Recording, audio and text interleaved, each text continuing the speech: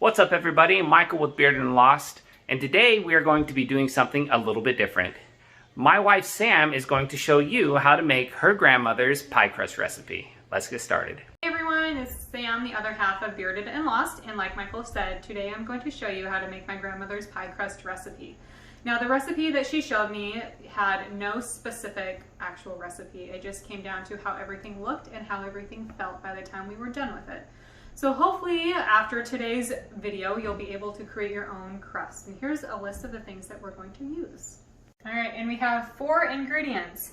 We have Crisco, which is going to be your base. We have all-purpose flour. We have some iodized salt, and then we have some cold water. I'm using 1 whole cup of Crisco. Now we're going to do a little pinch of salt. That's a mountain salt, don't do that. Just a little pinch. And for the flour, I'm going to just dig in here and get a couple good spoonfuls until it looked good. You know, I've learned over the years I probably do like 3 to 4 big spoonfuls of flour and call that good. And now we're going to come over to our ice cold water and kind of do the same thing, just eyeball it into the spoon. 1, 2 1/2, maybe 3 1/2.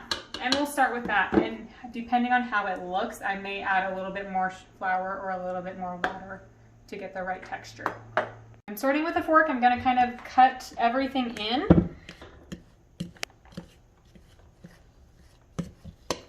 And I will probably add a little bit more water here in just a minute. I just want to get my basic consistency going to see how much I may or may not need to add.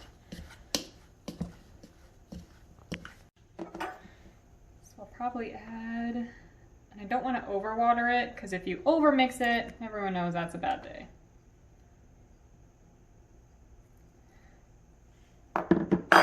So I did another 2 spoonfuls or a whole spoon.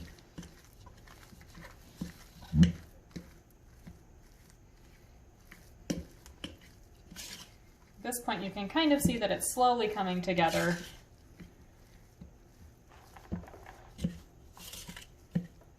All right, that's probably it. I'm gonna take off my wedding ring so that doesn't get all nasty. I'm going to flour my surface lightly. I'm going to knead a little bit, not too much. Again, I don't want to over knead this because then it'll be tough and terrible.